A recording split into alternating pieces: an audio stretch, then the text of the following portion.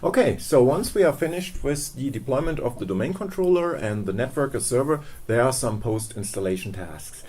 NetWserver automatically tries to start the NetWserver console by launching the installation utility for the NetWserver console. You just have to click Accept Security.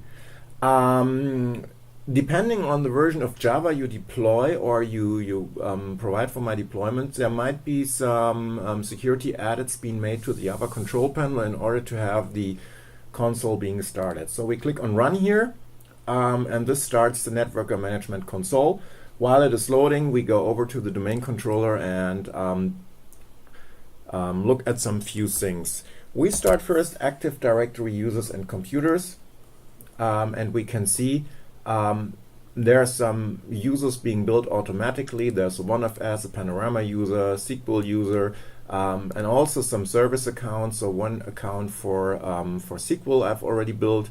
In computers, you see the NetWserver server, NWserver joined the domain, and within my VMX toolkit, I have some tools checking on which machine the virtual machine was built, when it was built, and when it was last powered on, and I hooked this into the Active Directory description. That's so far for the domain controller. If we look at the network, we can see it has the connection Labbuildr, and the details is 192.168.2.10 is the domain controller, and the gateway is the 103. Going back to the NetWserver server, we have to accept the details here and specify a new password. SSVORD123. I have always been to be quiet when I type passwords, because otherwise I type in the wrong. So speaking and writing at the same time with passwords is nothing good for me. Just mark here the NetWserver server for database backup.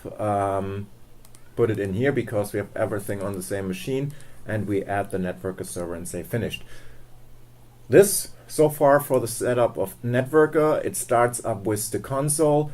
And as you can see, we have NetWserver server version 8.2.1.1 installed here automatically, and we can launch the NetWserver administration UI.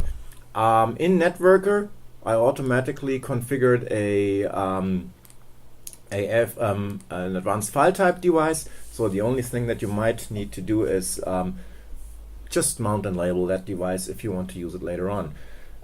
So we will work with NetWserver once we deployed our first scenario, so we don't look at this right now. What we look at is, because I said I installed the gateway,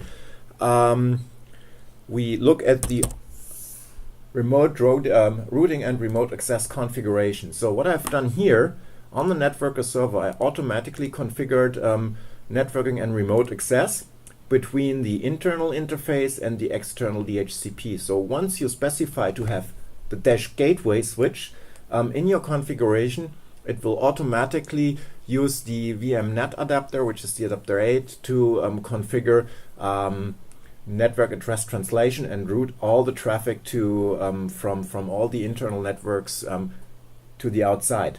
Why is this required? You see in here, the license right now is valid for 180 days. If we don't have an internet connection, your virtual machines will stop after 8 days. So this is for just registering and to get to the internet for some whatever reason. And if it is only just working over because we are in Europe, today we had the, I don't know how to call it. The sun was in, the moon was in front of the sun, so it was this morning at 10:30. It was a very nice view. For all of you that are not in Europe, you missed something very special today. Okay, that's so far on building the domain controller and the NetWserver server. What we also can do right now is just as some gimmicks, look at the Powershell. So where's my Powershell? I need to search. Here it is. It took like 18 minutes to deploy the environment. It was pretty fast. And you can see here all the steps are like I'm running add to domain. If add to domain results in a failure, all those scripts that I call will tell us that there was a failure and maybe it will stop. That helps me to debug problems on complex configurations.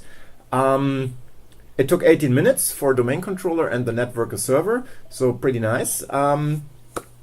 We can now use my VMX toolkit, get VMX, to see what virtual machines are running. Get VMX, where state minus match running, and we can see we have DC node and NWserver up and running. There's another command that I have.